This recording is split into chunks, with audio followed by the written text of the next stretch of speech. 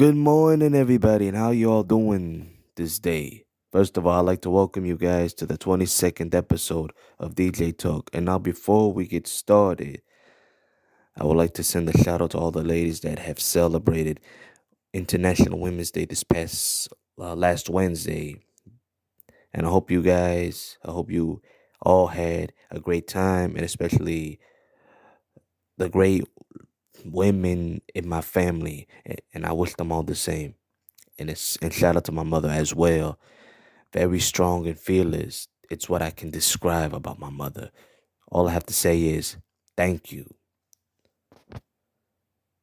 Thank you for being the backbone of my life. Thank you.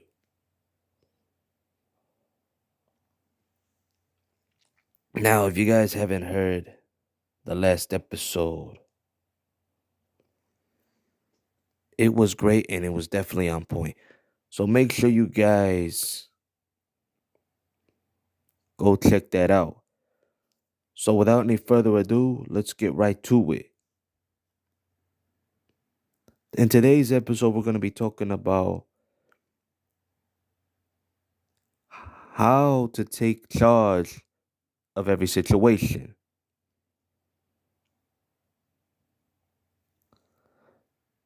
And what does it mean to take charge of the situation? You know, something that is an awesome question. It means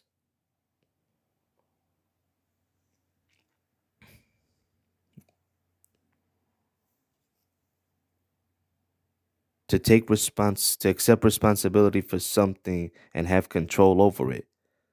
Now, there are but absolutely multiple steps that have something to do of how to take charge of the situation. And you know what? And we're going to start it off together. And we're going to be starting it off in the way that it should be started off. The first one is shift the locus of control.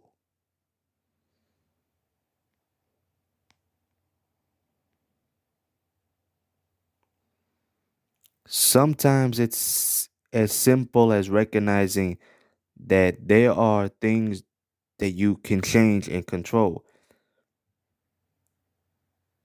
What can you actually change? Be realistic. One person can't single handedly change the economy, but perhaps there are things you can do to ensure you can stay financially sound, such as being smart consumer, saving, and investing wisely. Number two, put the dynamite out before it explodes.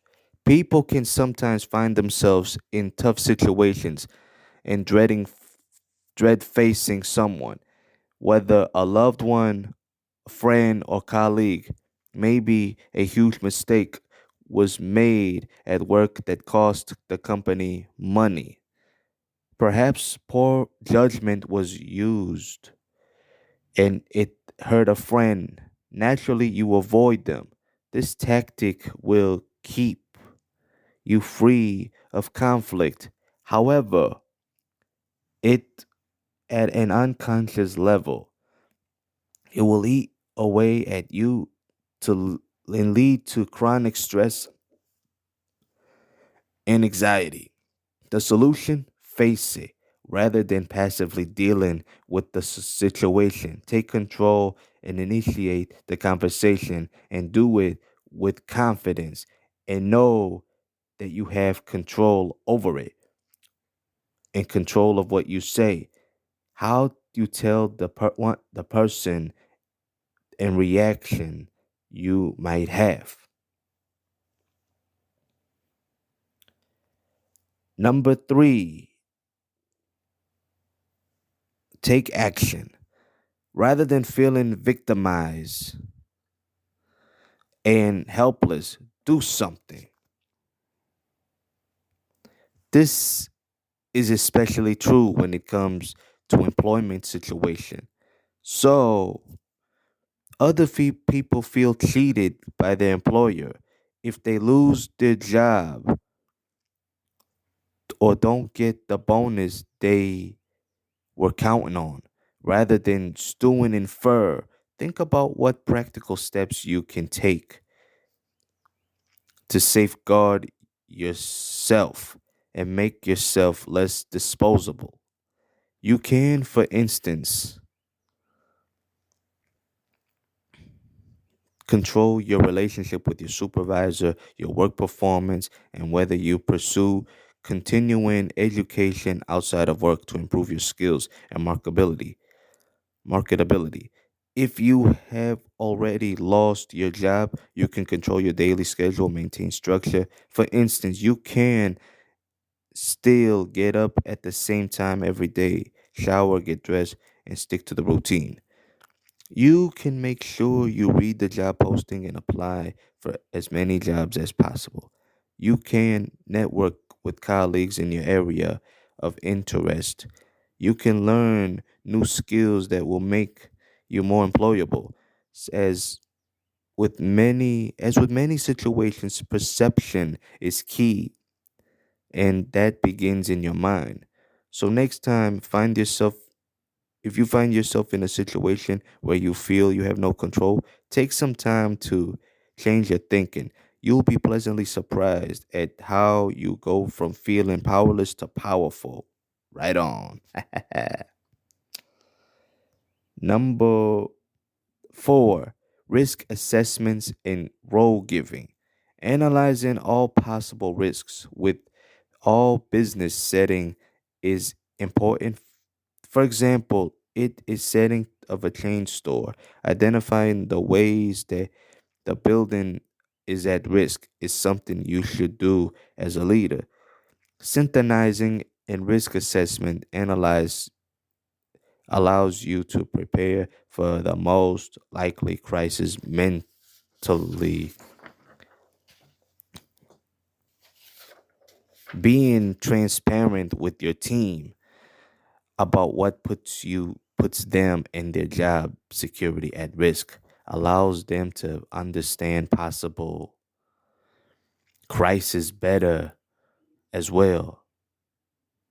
Plan with and around them, giving your team a proper chance to understand their role when crises occur. If your team is unsure of its role and doesn't know who to listen to in times of crisis, your business could collapse quickly. Proper roles are a key in factor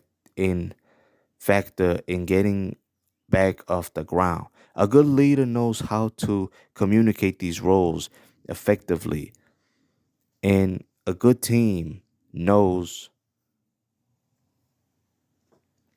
how to remember them and ensure these roles and are appropriate and are comprehensive in nature. Number five, having a team instead of staff members. This point can often be overlooked as it more of a focus that is presented always, but not during a crisis. Guide your team to develop a sense of team community and reliability. This facilitates a communal state of feeling responsibility and commitment to a purpose. A team like this will be more eager and willing to protect an organization when it is facing hard times. During a crisis, are more likely to need moral support. A team that feels responsible for one another will provide each member with the necessary support to keep them going. Number six, being transparent with values about leaders. Set out your own values clearly when handling your business. You could set these out somewhere visible or conduct a meeting to make them known. Having confidence in your values as a leader will allow your team to respect those values and respect you for having them. This this makes decision making easier when it comes to a crisis. You'll be expected to stick to your values. And when you do, your actions will make more sense to your team. Don't fall into the trap of dictating values. It is important your team feels a sense of shared values in a way that they become the values of the business rather than the values of a boss.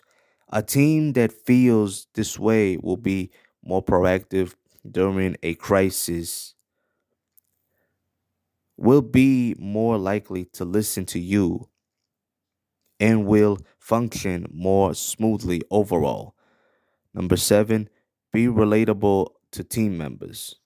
It is important that team members see that their leader is also at risk when adverse situation arise.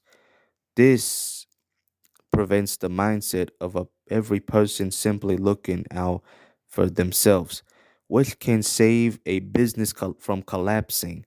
This is also a time for leaders to form closer connections with team members, being relatable by asking about everyone's well being, speaking to each member individually, and getting to know them makes a huge difference in how employees see their leader.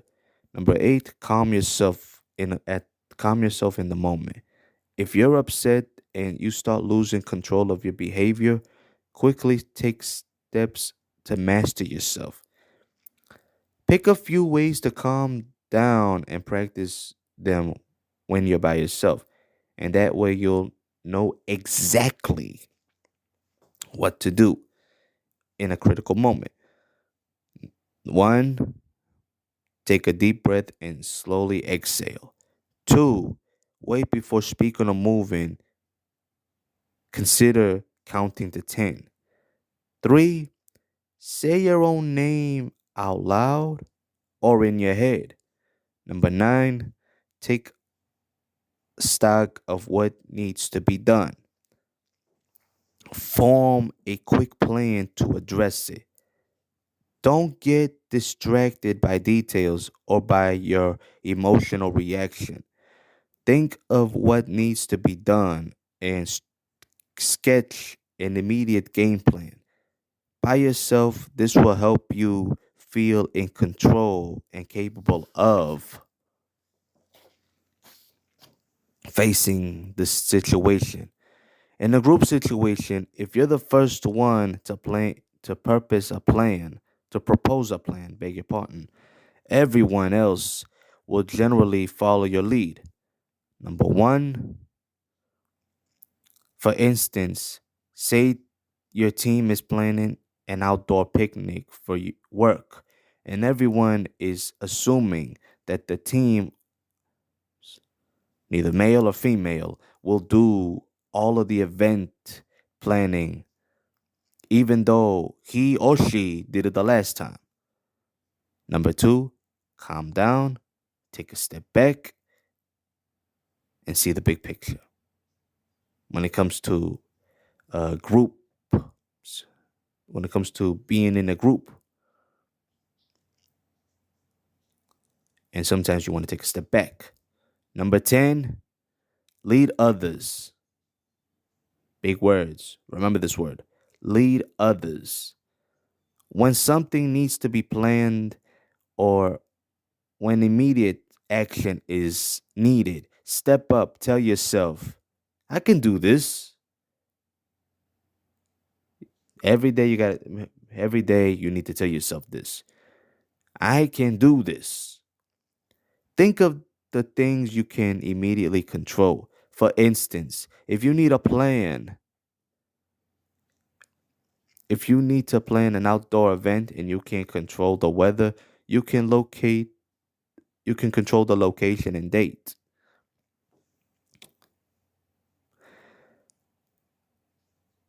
Number one, if you are the person most capable of leading others through a situation, speak up, assert your authority, speak audibly and clearly, and explain why you are the person who can best handle the situation.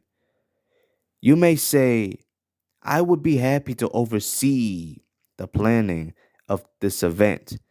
I work hard. I worked for an event planner for 2 years and I learned the basic. I also know this area very well.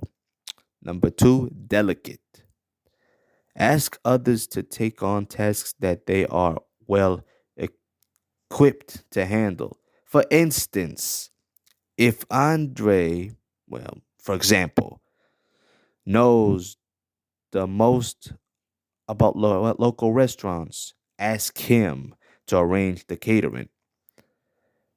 Number three, if you are in a shared situation and do not believe you are the one who can best lead others through it, call a person, call on the person you think is most capable of leading others through tough situations.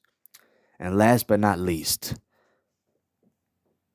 number 11, choose to be in charge. In other words, make your decision to be in charge. Now, if you see yourself as a victim, you'll probably stay that way. But if you see yourself as taking charge, your whole outlook will be different. Remember, it's not nearly so important how much you weigh, what your marriage relationship is, or how faithful you are in helping others today or next week. It's much important what those aspects are of your life, or like a year from now, or even 5 or 20 years from now. Choosing to take charge of the problem area in your life may not change your outside circumstances today, but it will change the eternal working of your mind. You'll begin to see things differently in relations to that problem. You'll notice places where your actions can make a difference that you never paid attention to before. You'll feel a little stronger where you felt hopeless before. You'll have ideas about actions you can take that you would never have imagined previously. So you see, it's important to take charge, not just for your situation, but also in your life as well. So try to remember that at all time. And before I wrap this up, I would like to give you guys a piece of advice of how you can take charge of everything in general. Put Jehovah the one and only first at all times. Once you do that, everything will go into a flow and everything will come to you just like that. So thank you guys for tuning in and stay tuned for the next episode of DJ Talk. Peace out and hope you guys have a great day.